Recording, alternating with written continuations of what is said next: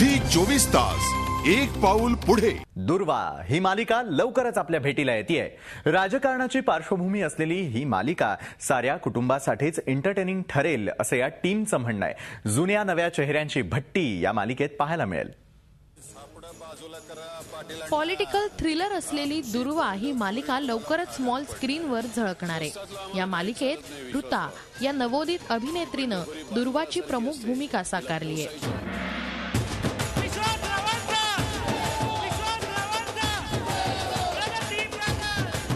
ताकद वाढते विश्वासरावांची। यंदा सारड्यालाही बरोबर घेतलंय ते। राजकारणात हात सुटायला कितीसा वेळ लागतो अण्णा? सारड्याला मुलगी आहे, आपल्या भूपतीरावांसाठी योग्य आहे। मुहूर्त कधीचा काढायचा तेवढं सांगा अण्णा।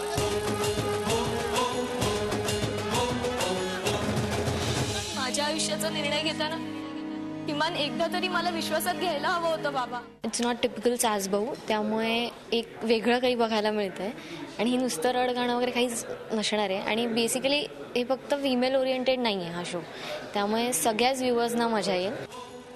सत्तेचा खेळ आणि त्यात फसलेली नाती असा विषय घेऊन विनय आपटे, प्रसाद पंडित आणि उदय टिकेकर यांच्यासारख्या दिग्गज कलावंतांची फौजच येत्या 18 मार्च पासून आपल्या भेटीला येते। हिंदीच्या फार आपण सगळे पुढे निघून गेलोय मराठीवाले। म्हणजे एकतर रिजनलायझेशन झालेलंच आहे, त्या प्रांतात त्या भाषेतलं बघितलं जातं। पण मुंबईत बघायला गेलं तर माझे कितीतरी नॉन महाराष्ट्रीयन फॅमिलीज मित्र असे आहेत की ते मराठी हिंदी सोडून मराठी बघतात, कारण तोचपणा आल्यामुळे। तर आय एम शुअर हा जो 10:30चा स्लॉट आहे it is going to work wonders. याचबरोबर सुयश टिळक आणि हर्षद अतकरी असे 2 नवीन चेहरेही महत्त्वपूर्ण भूमिकेत आपल्याला दिसणार आहेत। मुलगी आहे, आपल्या भूपतीरावांसाठी योग्य आहे। सगळीच कॅरेक्टर्स ॲक्च्युली खूप स्ट्रॉंगली लिहिली गेली आहेत, कारण ती आपल्या आजूबाजूची कॅरेक्टर्स आहेत। म्हणजे आजूबाजूच्या पॉलिटिक्सच्या सगळ्या राजवटीत न इन्स्पायर झालेली कॅरेक्टर्स आहेत।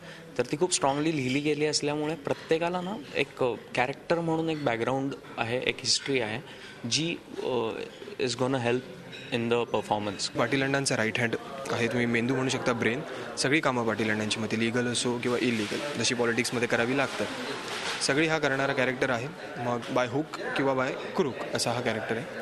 आणि विश्वासराव जे प्रसाद पंडित सर करतात ते जे काही त्यांचे प्लान असतील ते पाटील अण्णांपर्यंत कधी पोहोचत नाहीत, कारण मध्ये केशव उभा असतो। सो बेसिकली हा कॅरेक्टर आहे, फार संयमी आहे, मोजकच बोलतो आणि फार विचार करून बोलतो। सापडं बाजूला करा पाटील अण्णा, आमची बंडखोरी तुम्हाला महागात पडणार आहे। स्वस्तातलं आम्हाला काहीच चालत नाही विश्वासराव। ही बंडखोरी बाणगुळासारखी असते, हिला पोसायची नाही ठेचायची असते। यांच्यात कोण कोणाला ठेचेल हे माहित नाही, पण निवडून कोणी आलं तरी तुम्ही आम्ही ठेचले जाणार हे नक्की। खरंच सामान्य असणं हा शाप आहे का? तेव्हा आता काहीसं वेगळं कथानक असणारी ही मालिका प्रेक्षकांच्या मनाचा ठाव घेते का, पाहुयात। झी 24 ताससाठी जयंती वाघरे, मुंबई।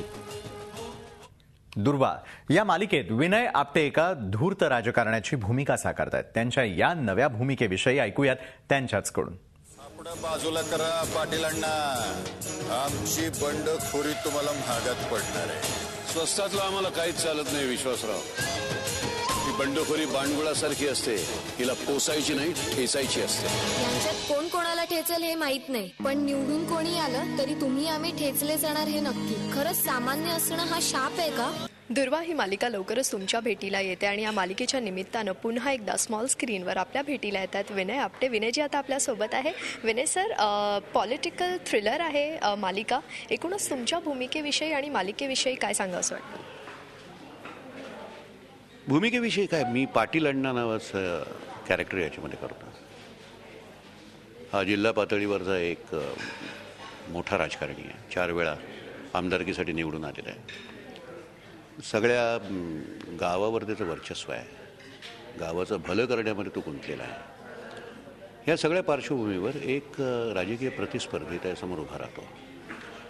निमित्त होतं ते एका सहकारी बँकेच्या निवडणुकीचं, आणि तिथून संघर्षाला गेलं तर संघर्षाला सुरुवात होते मुळात। आणि या संघर्षामध्ये घरातली सगळी मंडळी जी आहे ती मंडळी नकळत त्यांच्या अडकत जातात। आणि ही गोष्ट स्वाभाविक आहे. म्हणजे समजा एखाद्या घरामध्ये क्रांतिकारक असेल समजा, तर त्या क्रांतिकारकाच्या एकूण कामामुळे घरातल्यांना भोगाव्या लागणाऱ्या ज्या गोष्टी आहेत, किंवा एखादा बिझनेसमॅन असेल त्याच्या धंद्यामधले चढ उतार जे आहेत त्या चढ उतारांमुळे त्याच्या घरातल्या लोकांना भोगावे लागणारे किंवा अनुभवाला येणारे किंवा त्यांच्या वाट्याला येणारे चांगले वाईट दिवस जे आहेत ते त्याच्यामुळे, तसंच या बाबतीतही आहे.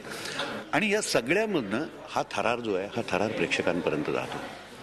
राजकीय पार्श्वभूमी याला लाभलेली आहे, त्याच्यामुळे थराराची जात निराळी असेल. जरी थरार असं आपण त्याला म्हटलं तरी थराराच्या जातीसुद्धा निरनिराळ्या असतात. राजकारणातल्या लोकांना किंवा राजकारणी लोकांच्या घरातल्या लोकांना, त्याच्या कुटुंबियांना काय काय भोगावं लागतं. जशी 4 सुखं असतात तशी 4 दुःखही असतात. त्यांच्या महत्त्वाकांक्षा असतात. त्या महत्त्वाकांक्षा पुऱ्या होतात का, त्याच्यामध्ये काही अडथळे येतात का, त्या महत्त्वाकांक्षा पूर्ण करण्यासाठी विरोधामध्ये ते जातात का, सांभाळून घेतात का, आणखीन काही गोष्टी करतात का, या सगळ्या गोष्टी मिळून दुर्वा ही मालिका आहे. आणि म्हणून मला असं वाटतं की ही खूप थरार जरी असला तरी हा थरार हवा असं वाटणारा थरार आहे आणि तो खूप रंजकही आहे.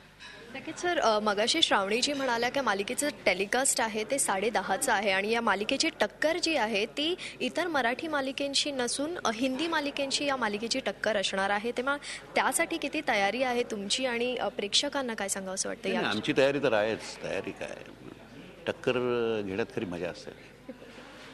मुळात वाहिन्या ज्या वेळेला सुरू झाल्या त्यावेळेला प्राईम टाईमला वाहिनी करण्याचं सुद्धा एक फार मोठं आहे. तेही लोकांनी पार पाडलं.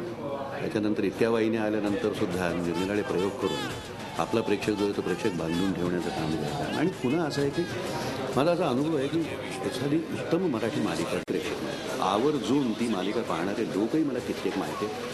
जे रस्त्यात भेटल्यानंतर सांगतात की आपली मराठी सिरियल म्हणून हमेशा देखते असं सांगणारे लोकही भेटतात. आणि म्हणून ही हिंदीशी टक्कर जी आहे ही टक्कर घ्यायला खरं म्हणजे आव्हानं नेहमी मोठी स्वीकारावी, छोटी आव्हानं स्वीकारू नये या मताचा मी आहे. पॉलिटिकल लीडरचं कॅरेक्टर आहे, पॉझिटिव्ह आहे, नेगेटिव्ह आहे हे आम्हाला कळणारच आहे. पण कुठेतरी एका लग्नाची दुसरी गोष्टमध्ये जे खूप एक क्यूट असे बाबा आम्हाला पाहायला मिळालेले एक पॉझिटिव्ह कॅरेक्टर होतं आणि प्रेक्षकांना ते खूप आवडलेलं ते कॅरेक्टर. आणि या कॅरेक्टरमध्ये आता लगेच हा इतका मोठा चेंज आहे, या चेंजविषयी काय सांगावं वाटतं? आणखी एक प्रश्न म्हणजे महिला प्रेक्षकांना कसं अट्रॅक्ट करणार आहात तुम्ही? कारण पॉलिटिकल ड्रामा आहे आणि महिलांना काहीतरी वेगळं लागतं. बायका नेहमी राजकारणापासून फारकत घेतात असं काही माझं म्हणणं. आपल्या देशाच्या जर राष्ट्रपती एक महिला असू शकतात तर महिलांना राजकारणामध्ये इंटरेस्ट नसण्याचं काही कारण नाही. महिला खासदार आपल्याकडे खूप आहेत, महिला आमदार खूप आहेत, महिला नगरसेवक आपल्याकडे खूप आहेत. त्यामुळे राजकारण जो आहे हा राजकारण त्यांच्याही दैनंदिन आयुष्याचा एक अविभाज्य भाग आहे. त्यांनाही एक कुतूहल असणार की राजकारणाच्या घरामधली सासू कशी वागत असेल, सून कशी वागत असेल, मुलगी कशी वागत असेल, जावई कसं वागत असेल. आणि म्हणून ह्या सगळ्या गोष्टी ज्या आहेत या सगळ्या गोष्टींमध्ये जरी राजकीय पार्श्वभूमी असली तरीसुद्धा महिला प्रेक्षक जो आहे हा महिला प्रेक्षक निश्चितपणे अडकून राहील. जसं मी पहिल्यांदा म्हटलं की एकमेकांमधले नातेसंबंध जे आहेत ते नातेसंबंध जर खूप स्ट्रॉंग असतील, सशक्त असतील तर त्याच्यामध्ये प्रेक्षक अडकतो. तर त्याची बॅकग्राऊंड कुठलीही असो. आणि तसं त्या त्या अशा गोष्टी याच्यामध्ये खूप आहेत आणि त्याच्यामुळे महिला प्रेक्षकाला मिळतील का नाही हा प्रश्नच कधी मालिका त्याची संबंध रचना करताना कोणाच्याही डोक्यामध्ये आले नाही. डेफिनेटली महिला येणार.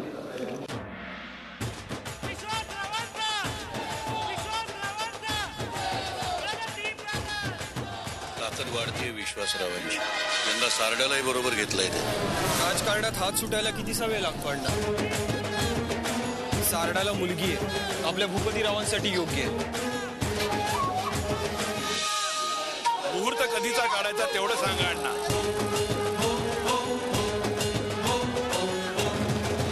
माझ्या आयुष्याचा निर्णय घेताना किमान एकदा तरी मला विश्वासात घ्यायला हवं होतं बाबा. या मालिकेसाठी तुम्हाला ऑल द बेस्ट आणि आमच्याशी इतक्या आपुलकीने बोललात त्याबद्दल खूप खूप धन्यवाद. Thank you very much. तेव्हा हा पॉलिटिकल ड्रामा लवकरच तुम्हाला स्मॉल स्क्रीनवर पाहायला मिळणार आहे. झी 24 ताससाठी व्हिडिओ जर्नलिस्ट मंगेश फिसेसह जयंती वाघधरे, मुंबई. झी 24 तास एक पाऊल पुढे.